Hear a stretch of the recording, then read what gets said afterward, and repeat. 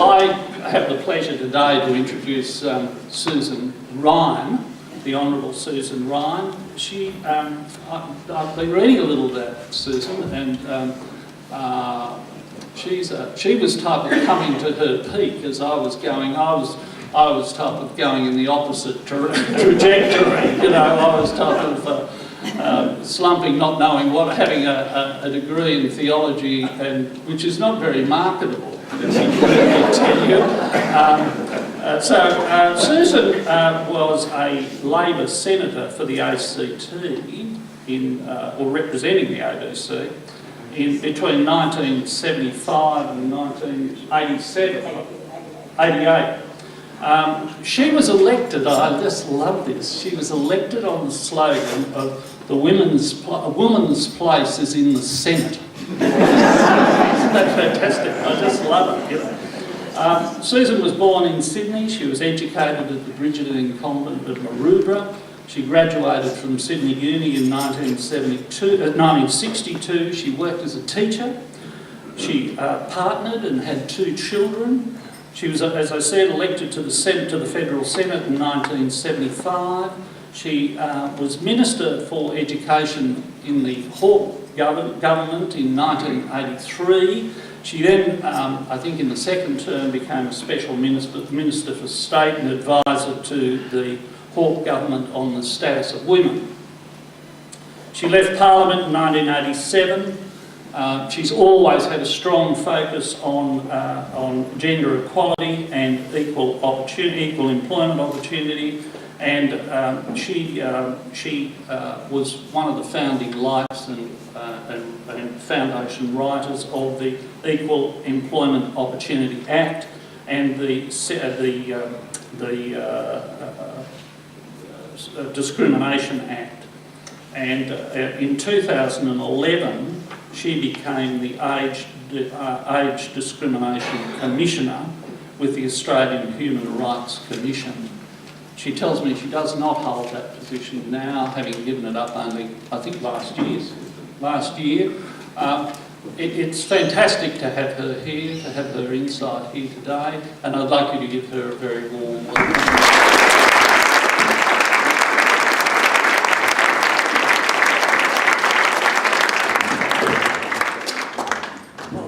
Peter. Well, I too would like to start by acknowledging the traditional owners of the land on which we meet, the First Peoples of Australia, and express my respect for the elders past and present, and my earnest wish that we quickly arrive at true conciliation with our First Peoples.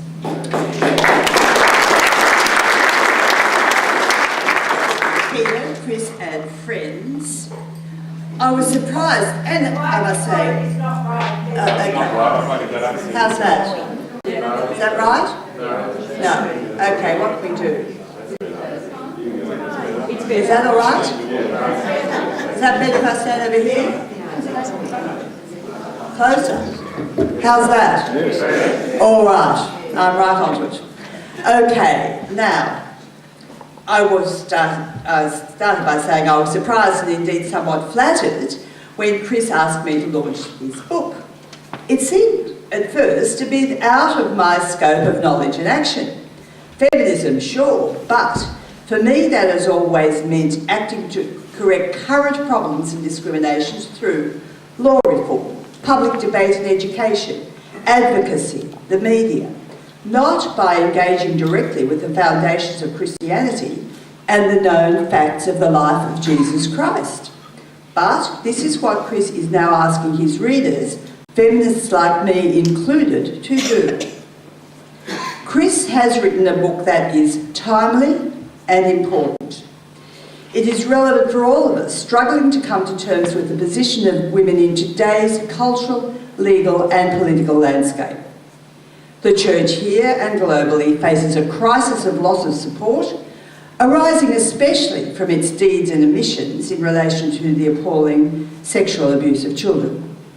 At the same time, our secular societies are experiencing a massive epidemic of allegations and charges of sexual harassment and violation of women in their workplaces, be they on film and television sets, in the training of medical specialists, on university campuses, in major corporations, within churches, just about anywhere where men dominate women's employment prospects, which is just about everywhere. These two terrible phenomena, the Catholic Church's failure to protect children and our First World Society's failure to protect women, are connected. They are connected in ways that makes Chris's book highly relevant. Faced with the torrential outpourings of these horror stories, we ask, where does this behaviour come from? When did it start? And more urgently, how can it be stopped? Some of the answers are implied in Chris's book. Chris has called his book Jesus, the Forgotten Feminist. He establishes in the book two key positions. First, that Jesus was a feminist. Secondly, that Jesus' feminism has been forgotten. Who forgot? He offers answers. As far as his first position goes, that Jesus was a feminist, Chris is persuasive. I am persuaded. Speaking as a lifelong feminist, one educated in the Catholic Church, I would not have come to this position without Chris's arguments. I parted company with the institutional church many decades ago. One of the major reasons for me, though not the only one, was the church in which I was raised, the Catholic Church, regards women as inferior to men, treats them as second class, and excludes them from all decision-making, all important decision-making. The disregard and unequal treatment of Catholic nuns is a continuing reminder of the Church's dismissive attitude to women. The treatment of nuns is not only unjust, but also self-defeating and irrational. At a time here in Australia when there are far too priests to service parishes, even on a part-time basis, the Church has within it capable, dedicated nuns, women whose vocation, like that of priests, is to serve the Church and its people. Women who can and have run major church institutions with acknowledged success, but these women are rejected, judged unsuitable to run parishes. I don't know what that applause means. I'll continue. This rejection, of course, comes from the most significant manifestation of the Church's fundamental adherence to sex discrimination, the exclusion of women from the priesthood. Indeed, not only have women been excluded for some 2,000 years, but the very idea of female ordination cannot be discussed. The papal prohibition of this discussion is in place right now in 2018. Does this insistence on the exclusion of women from ordination matter beyond the institution of the Catholic Church? It does. Over the millennia, these discriminatory policies and actions by the powerful Catholic Church have informed and upheld gender discrimination in broader secular cultures around the world. And those secular cultures, including here in Australia, continue to this day, despite some reforms, to harbour sexism and misogyny without any serious challenge from the Church. Even these days, with the benign and humane leadership of Pope Francis, the Church excludes women from power. A recent telling episode was the refusal of the Vatican to host a conference mounted by the organisation Voices of Faith, an event the Vatican usually supports, because the keynote speaker was Mary McAleese, former President of Ireland, noted theologian, distinguished lawyer, practising Catholic, but critic of the Church's relegation of women to powerlessness. The conference was held, but outside the walls of the Vatican. So, that is where women are now, outside the walls, as they have always been, except, according to Chris's engaging account, in Galilee for those few remarkable years when Jesus Christ was on earth. Jesus was the exception then, and tragically for humanity, as far as the Church is concerned, remains so. Chris gives us a scholarly but accessible account of the known facts and reliable reports of the life of Christ and what happened as the institutional church developed after the crucifixion. His main sources are the four Gospels and Paul's first epistle to the Corinthians. I should note here that Chris relies on his deep and expert knowledge of all of the historical, cultural and theological developments that inform his discussion. Happily for the reader, he wears his scholarship lightly. I must thank you, Chris, as I think many readers will, for the clarity and directness with which you set out what can be known from the New Testament about Christ's actions and words in relation to women. Importantly, you established that Jesus welcomed women as followers, discussed serious matters with them, and recognised and assisted women whom society had discarded. Chris argues that there is no record of Jesus Christ excluding women, treating them harshly, or being repelled by them as dangerous, seductive creatures. He never condemned women. Instead, his recorded dealings with his own mother, with Mary and Martha, with Mary Magdalene, and the Samaritan woman by the well, the woman taken in adultery, and other women, even further outside the norms of respectability, was kind, compassionate, and inclusive. And such dealings were truly radical. When placed in the context of his time, Jesus was, according to these actions, a feminist. The Greco-Roman traditions up till then and the practices of Judaism in relation to women were entirely different and hostile. These major traditions granted women no intrinsic dignity or independence. Women were expected to live in submission to their husbands or fathers and remain within their homes.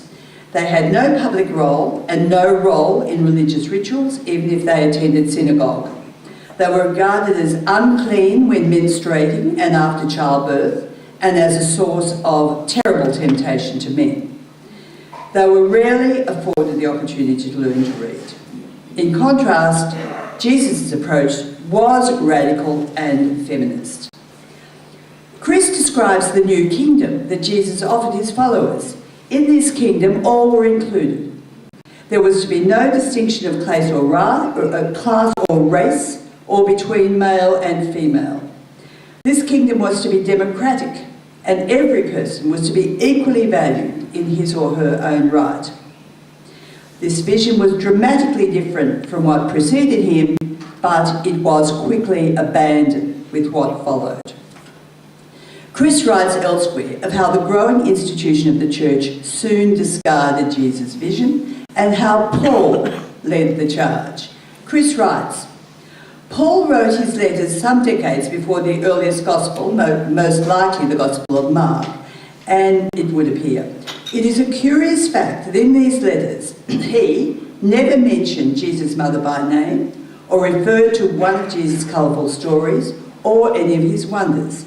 He never quoted one of Jesus' sayings, or mentioned, even in passing, his friendships with men or women. Women were certainly involved in some limited way in the life of early churches, and as the decades rolled by and became centuries, their roles and contributions became more organised. But their involvement was substantially different to, and levels below, what it had been in the life and ministry of Jesus. Women were offered the dregs of ministry and no involvement in governance. They were given a status well below that of men with no authority, no freedom to organise themselves, or to act with any independence. They were used, given minor works to perform, such as administering to the bedridden, to the sick and elderly, the housebound, and spending time in prayer, of course. So, what has changed? In the secular world, through law reform, progressive politics and grassroots movements, much has changed for women. For example, we have currently a female Chief Justice of the High Court, we have had a female Prime Minister, a female Governor-General, and many heads of government departments, and even some heads of corporations, are women. I'm pleased to note, if I may, that just on 50% of the federal parliamentary Labor caucus is now women. But that's the secular world. Where are we when it comes to the Catholic Church? There are no parallel reforms. Things are still as Paul of Tarsus proposed that they be, just ask Mary McAleese. Yet according to Chris, it could have, certainly should have been very different. Chris writes out of a deep conviction and personal faith about what he believes the intent to have been, the idealistic vision of the new kingdom. In this kingdom, women would have an equal place. There would be no distinction based on race, wealth or class, no money, power, no evil spirits. The prevailing mood of this book is a deep sense of loss of what might have been. Is this loss permanent? There are loyal Catholics who still believe that reform is possible, that the new kingdom, such as Chris attributes to Christ, can somehow be built out of the ruins of failure and wrongdoing. And in fairness, it must be admitted that parts of the new kingdom have been realised by Catholic priests, nuns, brothers and lay people, amongst others. Those who have dedicated their lives to educating and assisting the poor, the sick and the disabled, who support refugees and asylum seekers and the victims of race and other discrimination. These are the people Chris would count as true followers of Christ. I would observe that the men and women who do this work are the main reason why the church still exists in any positive way and the reason why not all have lost faith. But for the kingdom to be fully realised, huge reform is necessary. We would need reform of clericalism, of hierarchies, of authoritarian decision-making. The church would need to stop putting its wealth and power ahead of the needs of the vulnerable. All members of the church would be empowered to make decisions. We would need to see a complete rejection of those wrong and cruel teachings about women and men and their sexual natures. These teachings have no foundation in the New Testament, but have occupied so much of the official church's energy and time and its communications with the world throughout my entire lifetime at least. Well, Chris implies these possibilities of reform. But the main message I take from Jesus, the Forgotten Feminist, is this. Reform within the church should start by the wholesale adoption of the feminist vision and practices of Christ. Then other necessary reforms might become possible. Chris, thank you for this book. It is a wonderful work of commitment and love. I hope it changes things. I congratulate Garrett, the publishers, and all who worked to bring the book to us today, and I take pleasure in declaring it launched.